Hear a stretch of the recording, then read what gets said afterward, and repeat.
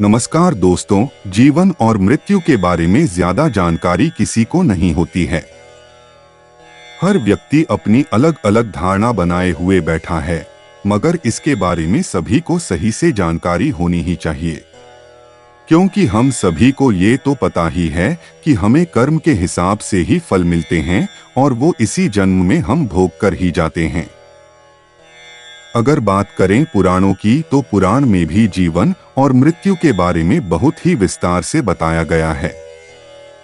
गरुड़ पुराण में तो मृत्यु के बारे में बहुत ही संक्षिप्त में बताया गया है। इसके अनुसार व्यक्ति की मृत्यु के लिए भी समय होता है। जिस तरह से हर काम को करने के लिए कोई निश्चित समय होता है और व्यक्ति को कब क्या करना है, ये सब पहले से ही लिखा होता है। बस ठीक ऐसे ही मृत्यु का भी एक निश्चित समय होता है। जिस वक्त आपकी मृत्यु लिखी होगी, उसी वक्त आपको जाना होगा। इसके अलावा एक और मृत्यु के बारे में आप सभी ने अवश्य सुना होगा, जिसे अकाल मृत्यु कहते हैं। अक्सर आपके आसपास के लोग अकाल मृत्यु के बारे में बातें किया करते होंगे। क्या आपको पता है कि अकाल मृत्यु आखिर होता क्या है, और जब किसी व्यक्ति की अकाल मृत्यु हो जाती है तो उसके बाद क्या होता है?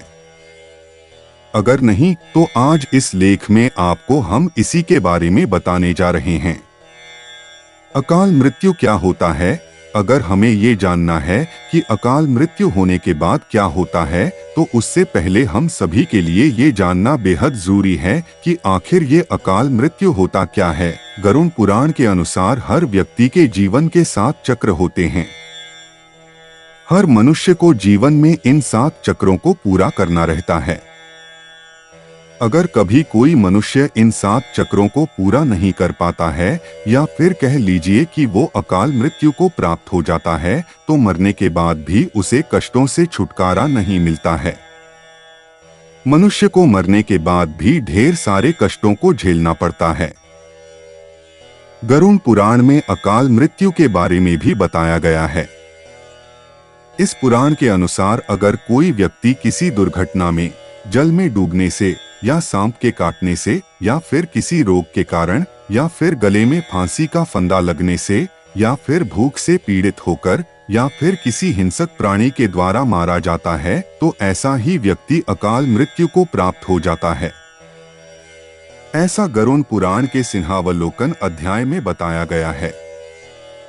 इसके अलावा बहुत से लोग ऐसे भी हैं जो आत्महत्या कर लेते हैं, लेकिन गरुड़ पुराण में उसी आत्महत्या को सबसे ज्यादा घृणित और निंदनीय अकाल मृत्यु बताया गया है। अकाल मृत्यु हो जाने के बाद क्या होता है? ऐसा माना जाता है कि अगर कोई आत्महत्या करता है तो इसका मतलब यह होता है कि वह ईश्वर का अपमान करता है। वहीं जिन लोगों की मृत्यु प्राकृतिक रूप से होती है, उन लोगों को 3 या फिर 10 या फिर 13 या फिर 40 दिनों के भीतर ही दूसरा शरीर प्राप्त हो जाता है। लेकिन जो लोग आत्महत्या करते हैं, उन लोगों की जीवात्मा पृथ्वी लोक पर ही भटकती रहती है। ऐसा माना जाता है कि ये आत्मा तब तक पृथ्वी लोक पर भटकती है जब तक वह आत्मा प्रकृति के द्वारा जो उसका निर्धारित जीवन चक्र है, उसको पूरा नहीं कर लेती है। इस अवस्था में जो जीवात्मा होती है, उसे अक्ति कहा जाता है। ऐसे में न तो जीवात्मा को स्वर्ग लोक की प्राप्ति होती है और न ही नरक लोक की प्राप्ति होती है। जिन आत्मा की मृत्यु अकाल तौर पर होती है, उन्हें सुख, भूख, प्यास, संभोग, क्रोध, दोष, वासना, राग आदि की पूर्ति के लिए अंधकार में ही भटकते रहना पड़ता है। ये आत्मा तब तक अंधकार में भटकती रहती है जब तक उस आत्मा का परमात्मा के द्वारा निर्धारित जो जीवन चक्र होता है, वो पूरा नहीं हो पाता है। जब वो चक्र पूरा हो जाता है तो आत्मा को मुक्ति मिल जाती है। प्राकृतिक रूप से मरने वाले लोगों को सीधे मोक्ष की प्राप्ति होती है, लेकिन कुछ लोगों की प्राकृतिक मृत्यु नहीं होती है। जैसा कि अभी हमने आपको ऊपर बताया, तो उन लोगों की जो आत्मा है वो भटकती रहती है। यही भटकती आत्मा बाद में भूत प्रेत बन जाती है और लोगों को परेशान करती है। भूत प्रेत जो शब्द है वो हमेशा अशरीरी अतृप्त आत्माओं के लिए ही उपयोग किया जाता है। इस स्थिति में होता क्या है कि मनुष्य का शरीर तो नष्ट हो जाता है, लेकिन उसकी आत्मा का संसार से बंधन बंधा ही रहता है। जब कोई इंसान मरता है तो सबसे पहले उसके हाथ पैर सुन्न हो जाते हैं, इसके बाद उसका शरीर सुन्न हो जाता है और सबसे अंत में व्यक्ति के मस्तिष्क से हृदय का जो संबंध है वो टूट जाता है। फिर जो जीवात्मा होती है वो शरीर से निकल जाती है।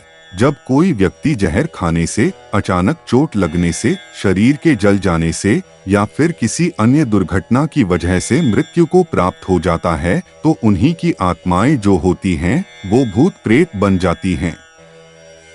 यही वो स्थिति होती है जिसमें व्यक्ति का शरीर तो नष्ट हो जाता है, परंतु जो आत्मा होती है वो वहीं आसपास भटकती रहती है या फिर शरीर के किसी हिस्से के पास में ही रहती है।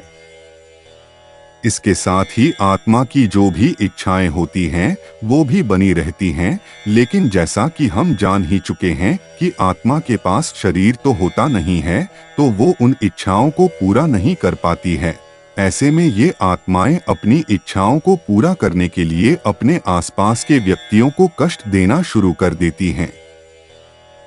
ऐसा माना जाता है कि इन आत्मा के जो पितृ होते हैं वो इसलिए असंतुष्ट होते हैं क्योंकि उनकी मुक्ति के लिए कोई भी प्रयास लोगों के द्वारा नहीं किए जा रहे होते हैं और लोग अपना जीवन अच्छे से व्यतीत कर रहे होते हैं।